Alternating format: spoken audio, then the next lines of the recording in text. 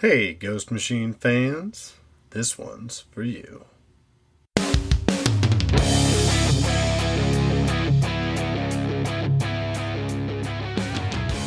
Welcome to the Ghost Machine Fans Podcast, episode 47. Not only does this episode feature the return of our favorite robot, but we shall see the first appearance of a new radioactive character. And thank goodness, guys, she's a woman. That's right, Ghost Machine fans. It's back to the world of the Unnamed with a Geiger number 10 deep dive. I'm Snoggle, also known as Becky, and I'm joined by my partner in crime, Nick. How are you this evening? I'm ecstatic to be back with you tonight, my dear, for another journey into the world of the Unnamed. And this is a pivotal book. This one's getting a lot of attention, but you're going to cover that in the news, so I don't want to skip ahead. We do have a very, very, very special shout out this time. It's the first time that a character from Ghost Machine has been shouted out on the Ghost Machine Fans Podcast. You're not on Instagram anymore, but if you were, you may have noticed that recently there's been a new account formed for Mr. Simon Pure. And is he anything but? Yes, he is. And it says that in his bio.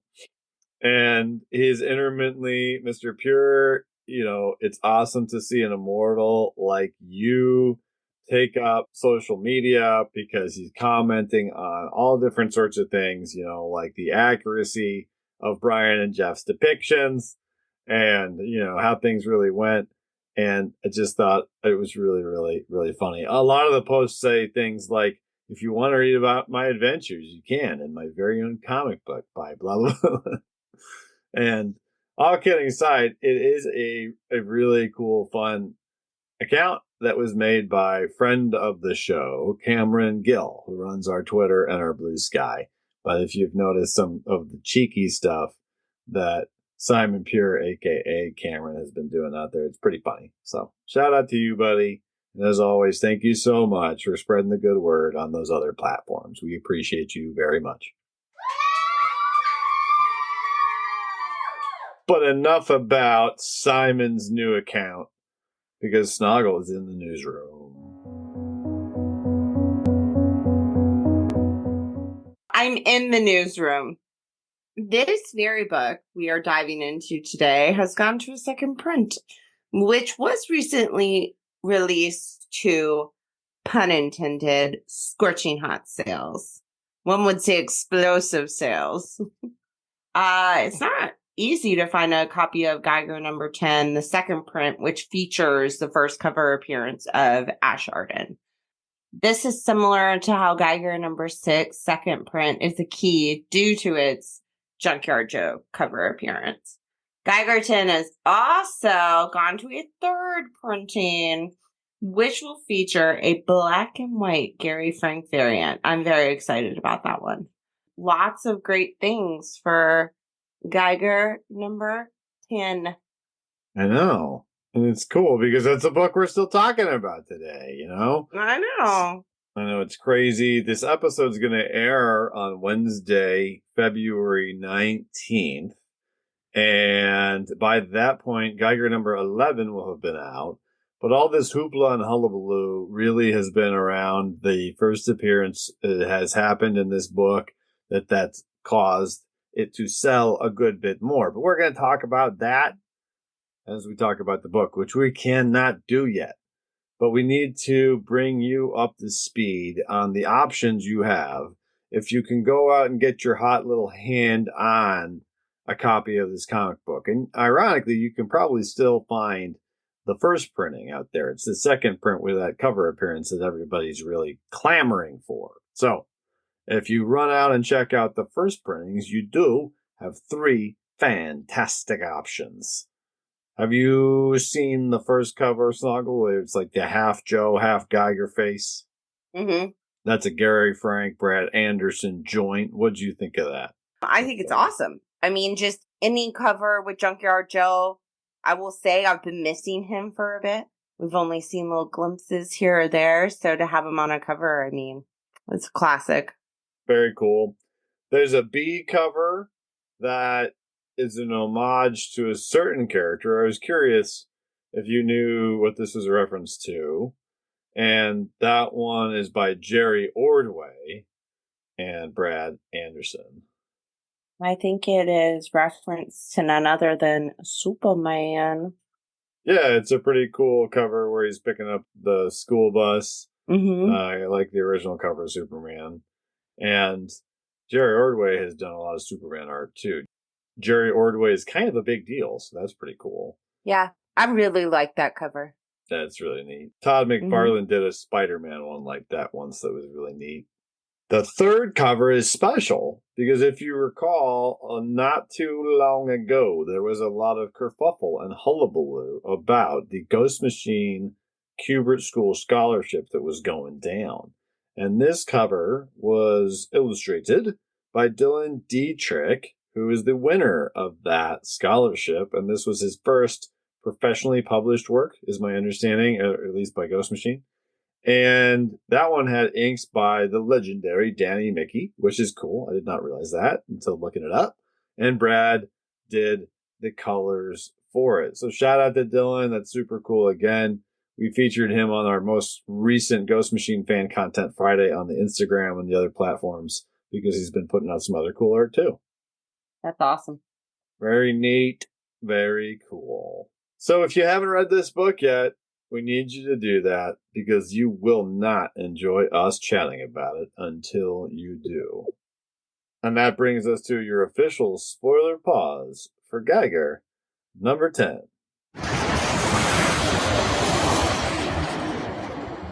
All right, we've made it. We're here. We've got our radioactive custom-made suits on to fit the theme of whatever casino we happen to frequent. And we are ready for a creator roll call. Our creators are none other than the dynamic duo of Jeff Johns and Gary Frank. Brad Anderson, our colorist, and our king of letters is none other than Rob Lee. And to remind everyone, this book is the first issue that marks the return of Gary to the ongoing title. Before this, we had Paul Pelletier on 3 issues. So, welcome back, Gary. Welcome back. There it is. I think the Welcome Back Cotter theme song might be a little bit too old for our listeners. Oh, no. I think a whole lot of people get that one. Excellent. So we learn a couple of new things right off the bat with another one of those cool flashbacks to pre-Unknown War like we saw a lot in Geiger Volume 1. And we learn a few nuggets about Tariq and the world, right? Okay, so maybe you can explain something to me. When it says 5 years from now, I don't get it. I think it's saying literally in 2030. Oh, so like this is 2030, like 5 years from now. Yeah. So it starts with him volunteering. And I just like how you can even tell in the first page, there's the book bag with the army symbol. And then, you go to the second page and even with everything that's going on, he's building houses for homeless veterans. Because it looks like the reason there's a lot of veterans that are coming back is because there actually is a conflict going on right now in Latvia. Mm-hmm. And someone they know even had their son drafted to it. So that's significant. Like a draft of any kind returning to our country, any country, that's a significant event speaking to the stability of the country and what's going on. So that's an interesting nugget. Well, perhaps a conflict that led up to the Unknown War, because obviously if that's not the Unknown War itself. Well, I find it really interesting too. And also, by the way, so cute that his son is holding a little Junkyard Joe doll. Yeah. Love the tidbits. But I do like how we begin this book with his relationship with his wife, because he even has snippets of like, well, it's just kind of being a Debbie Downer. And she says, keep being the loving and caring husband and father you are. And it's almost like without her to ground him is part of the reason he's turning into this explosive person and being icky, just kind of nasty to everyone around him. I feel like that's why we start off the story this way. And I like that. Like, look at this person who made him see hope. Like, yeah, he's doing all these good things, but at the end of the day, he's also like, nothing I'm doing is going to change anything. And it's almost like now he has Nate to be like, you're good, Mr. Geiger. You're good, Mr. Geiger. And it's just almost not enough. Yeah, not as much as what she gave him. Mm-hmm. And yeah, that's a pretty good precursor to what happens, here in a couple of pages. It just makes me want to know more about, too, the first Ghost series, because my impression is that's going to take place in a time period that may explain more about like these events that led up to this time. And I'm really curious about the state of the world now, and because we know that the bombs came from Russia, because we know about that story, but then we also have heard about this, and who knows, it's pretty cool. It makes the world be more multi-dimensional to me, or multi-layered, whatever you want to call it, alive. But the first panel on the next page is certainly alive with radioactive misery. Oh my gosh, I love this 25 years from now. Whack.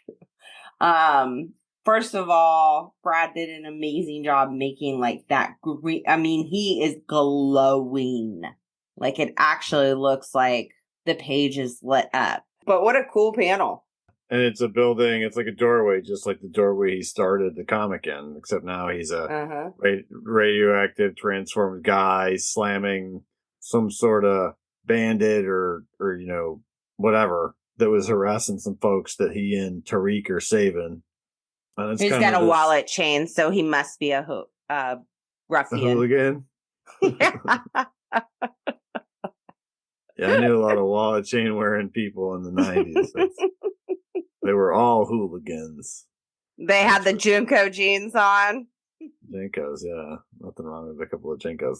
But yeah, there's a couple of them. And whoever they are, they're helping an elderly couple who they then, get out of the area after the house that they were in, I guess, got burned down, by telling them how to get to Grover's Corners.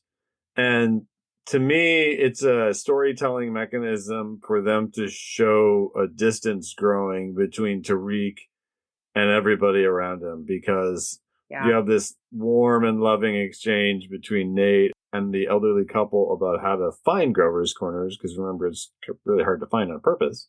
Yeah. And then Tariq is just in this, like, in the burnt out building, not looking back and acknowledging them. And then he even gets his favorite thing. They give his favorite thing, and still he's upset. I feel like it even starts during the fight scene. Tariq is fighting, just solely Tariq. And Nate's, don't worry, folks. We'll help you get your truck working when this is all over. And even Barney's back there and Zigzag. Everybody's kind of just watching him unleash.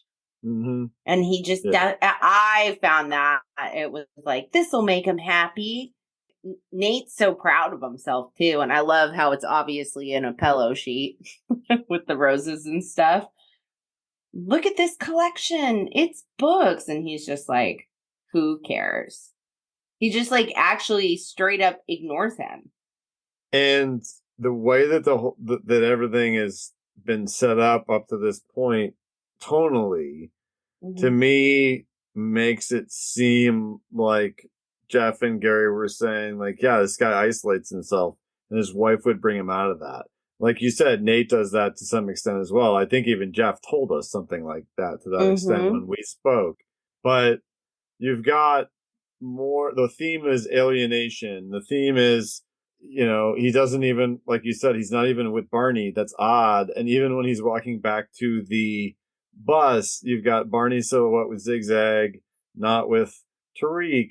So he's very alone. Yeah. He's very isolated, and all the way to the point where he's on the bus and they get to drive in the school bus, and he's trying to be like, hey, check out these books, and then these books, and then these books. And then, do you remember a couple issues back, he did this freak out radioactive thing when he got mad here and there, but it was like a poof of his hand or like, it was brief. Whereas it seems like he's in his head more than ever before, and that just leads to this heinous, dangerous condition that he begins to have.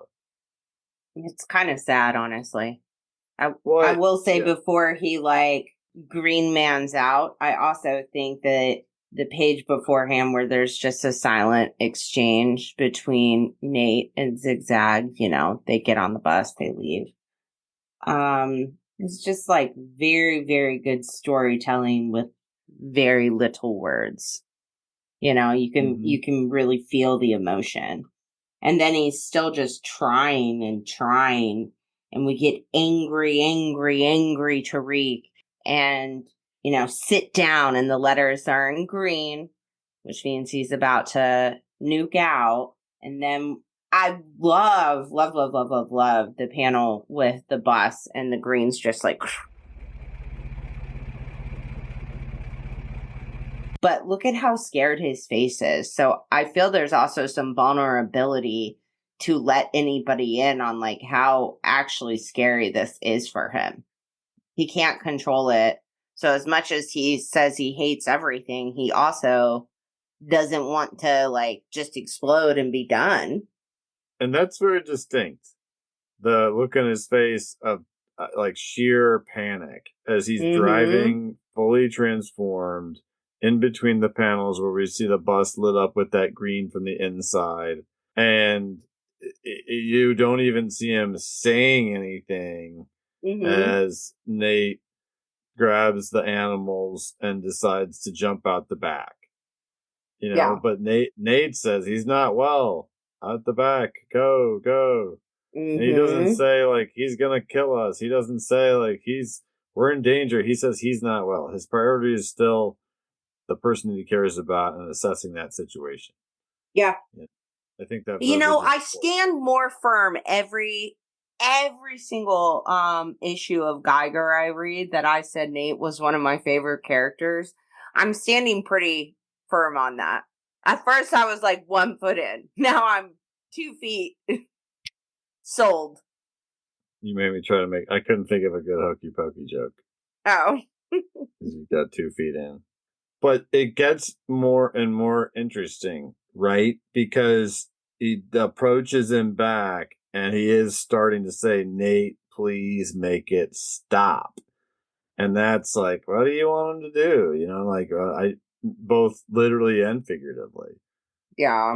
And Nate looks so sad. He's I don't know how. And you can tell this man's literally about to cry. Cry. So the rods are still in him, right? This whole time, presumably. I guess. Yeah, we can see him. You can see him when he's bent over. That's weird. You know what I mean? Mechanically, that's odd. I guess we're... Well, I will say, definitely no spoilers here, but I just recently reread number 11, and it's starting to make sense. Yeah. It's getting bleak, because you're what does he want Nate to do? Where does this come to? Why is this even happening? And it's a crescendo to a full-page splash of Junkyard Joe, who, as you recall, followed them all the way from Grover's Corners. He must have a stealth mode, because whenever he's on the show, he sounds really loud. Yeah. Junkyard Joe. Oh, that's true. But he comes out of nowhere. He's there in the desert, and then everybody freaks out and assumes he's gonna be a threat, right? That's what Joe's there to do. Nate attacks him. Joe disarms him, but doesn't seem to be taking any aggressive action, right? Right. And Nate goes, "It's staring at me, Mr. Geiger. Why is it just staring at me?" And then Yeah. we get this great whirring sound from Rob. And we've had, I don't know, 5 or 6 of these at this point. The viewpoint from behind Joe's eyes, which usually is indicative of a memory.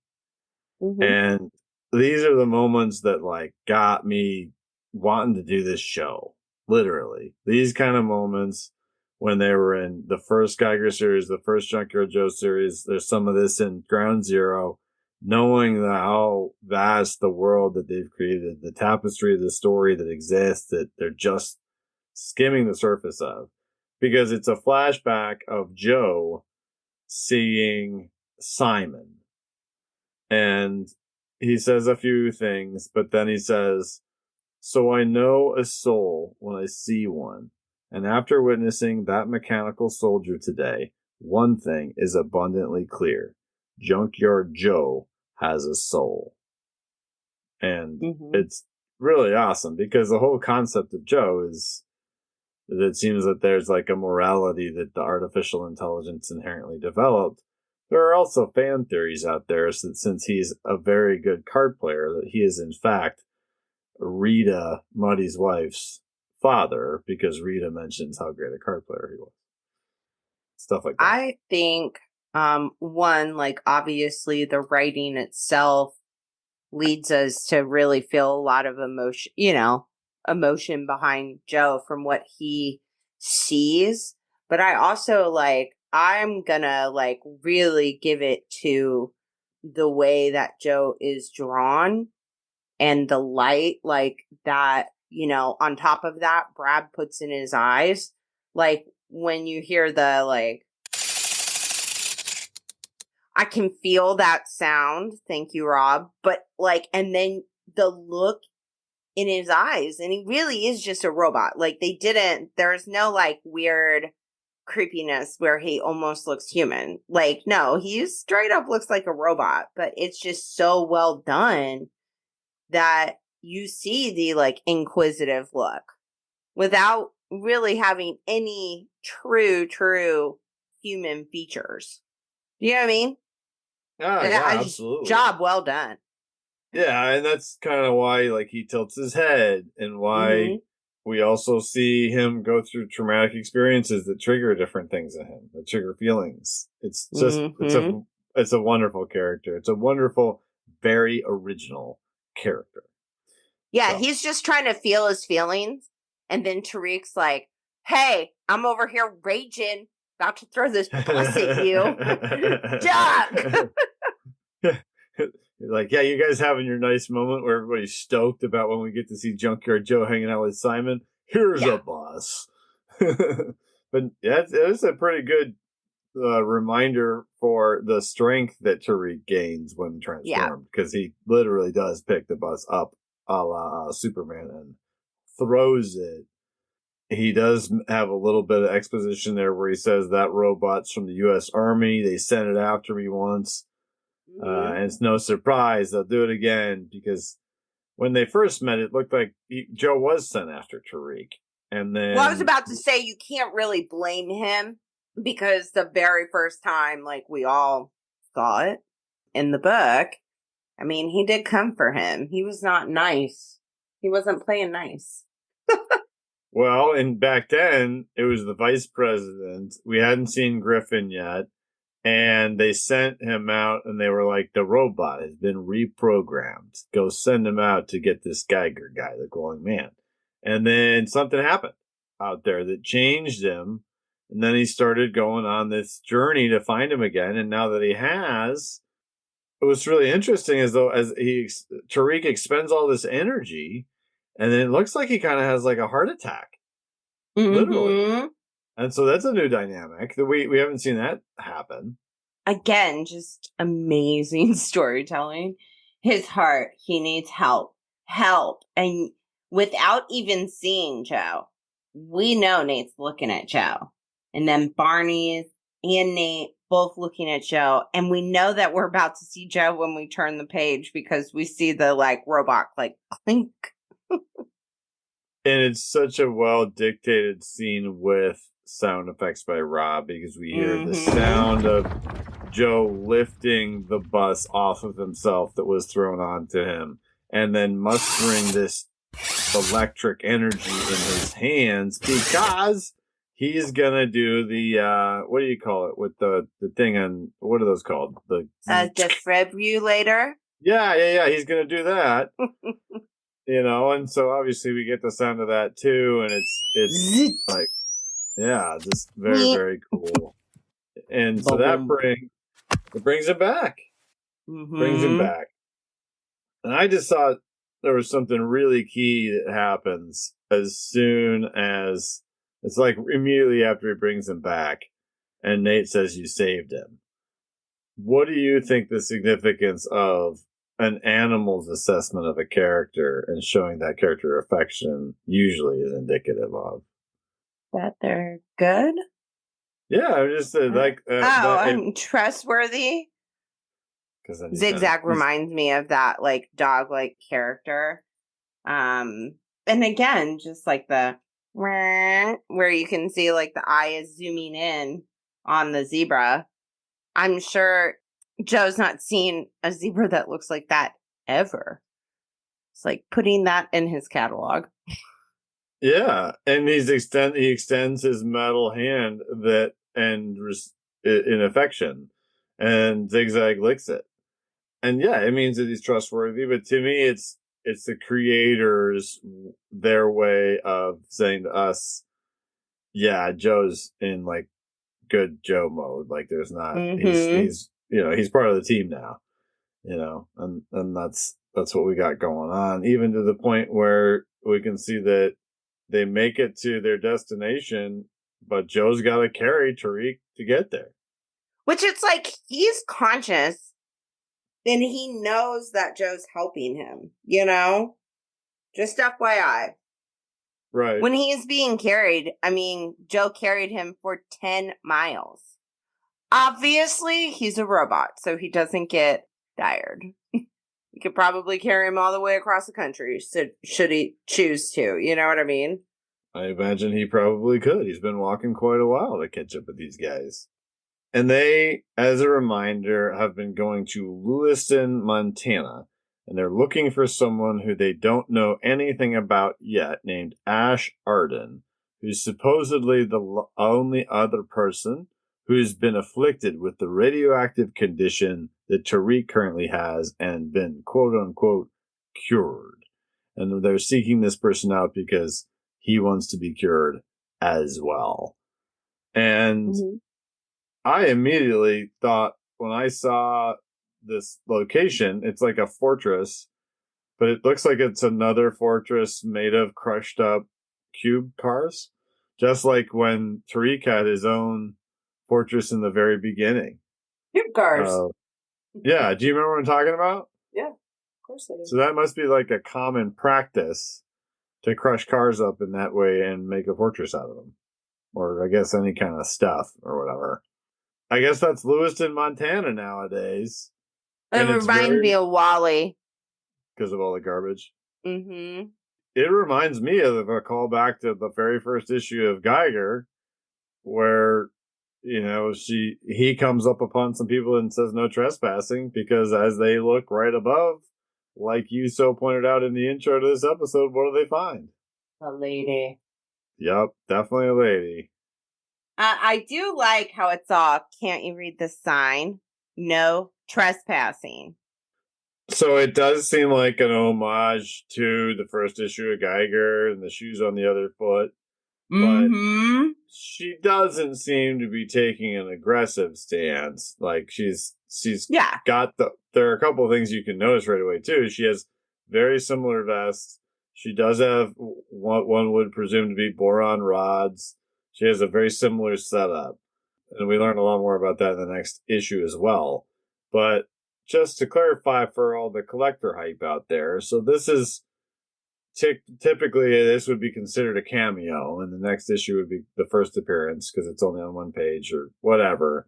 These days, things are a little bit more loosey-goosey in that regard. That's fine. It's still super fun. So a lot of people are considering this her first appearance. And that's why the second printing that had her on the cover is her quote unquote first cover appearance. And then in number 11, we learn a whole lot more, which is what the little, preview page there for the next issue says. He says, next month in Geiger 11, The Secrets of Ash Arden. Yeah. It is Yeah. It is. And there's also a Junkyard Joe bio, which is pretty awesome. Yeah, I liked that. I read that thoroughly. I liked how they pointed out that he was theorized to be made of a metal compound powerful enough to withstand an atomic explosion. Mm-hmm. It's a pretty cool detail. So a great issue. Really more excited to learn more about that character, though, in Geiger number 11. But now that we're most of the way caught up, we'll be pivoting next time.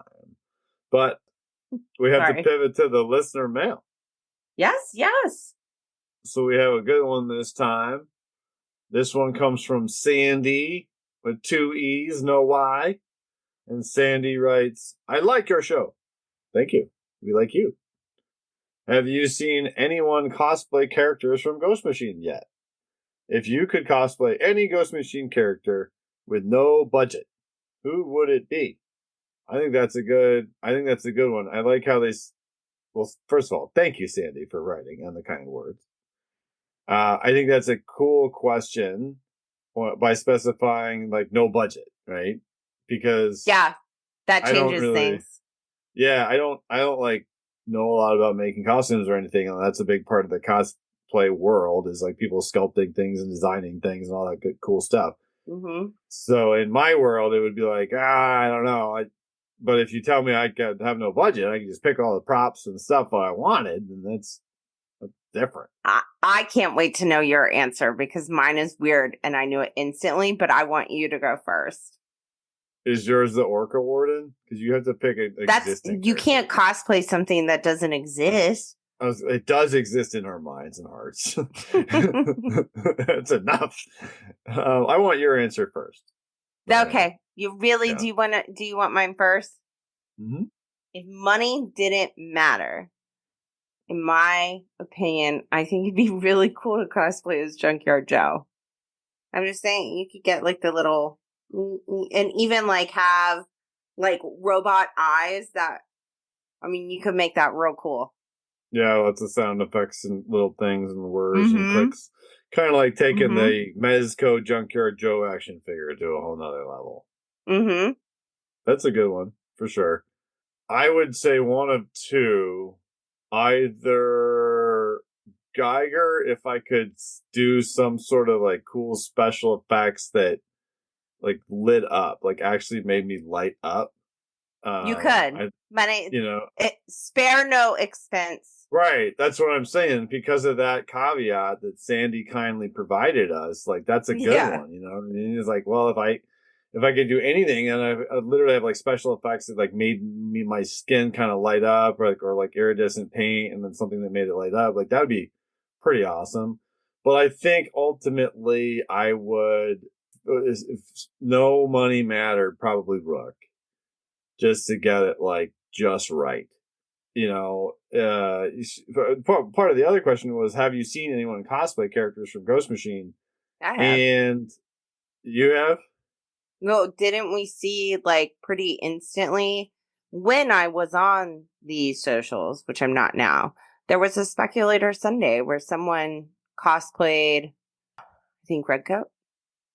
But yeah, so Nick Churton out there in New Zealand, he's done several Redcoat cosplays. He started that up, I think, like when the first issue of the first series came out. And I'm sure there'll be other stuff. You've kind of done Rook. We've done 2 extensive videos with Rook, in the helmet. Standard Up Comics and Black Gorilla Armory was kind enough to donate to us, so we just made a fun video out of it. And we've done Mr. X-Ray, and we've done President Griffin, and we've attempted Einstein. I don't know if I'll say that I did I don't think I did a good enough Einstein to say that it was cosplay because it was more like tongue in cheek. But everything else, Yeah, but that was fun. And our son has cosplayed Pranky twice, and he looked just like him. Even with the creepy black eyes, we added effects to it, so that was pretty creepy. Yeah. Yeah, part of the reason I said Junkyard Joe, by the way, is because there's not a single female character that I would want to be. Other than you'd have The to Queen, say, like Rose Hornsby or the mom from the Rockefellers. Yeah, honestly, if the mom from the Rockefellers, spare no expense, I would probably say maybe like our family is the Rockefellers. Yeah, that'd be dope. That would be pretty cool. That would with be like dope. Some neat I didn't think about stuff. that. Yeah, we'd with have like a ship. We'd have to find some other kids to. Yeah, we need a little sister and some we do have some grandparents. That's for sure. We could make the robot. Now, if it was just you and I going, I think it'd be funny if we did Hornsby and Halo. Yeah, because we clearly are they about to get married or are they about to kill each other? He's a demon. Well, thank you for the question. Yeah, thank you for the fantastic email, Sandy. And if you would like to contact us with a question, a heckle, an idea, anything, then go ahead and shoot us an email at ghostmachinefans@gmail.com. And also, from this moment forth, listener mail, this section will be called Fantastic Mail Time. Like fan, like they're fans, and it's tastic. I got you. I followed that the first time. Yes. Well, if you would like to send us a fantastic mail, that's how you can do it. If you want to, and we'll love to read your mail on the next episode of the show, which is also going to feature, speaking of the Rockefellers, we will be covering the Rockefellers number 3.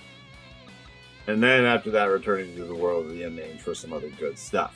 So if you want to read ahead, and you don't want to wait to find out what we're going to be reading, go ahead and snag a copy of Rockefellers 3 and get ready for next week.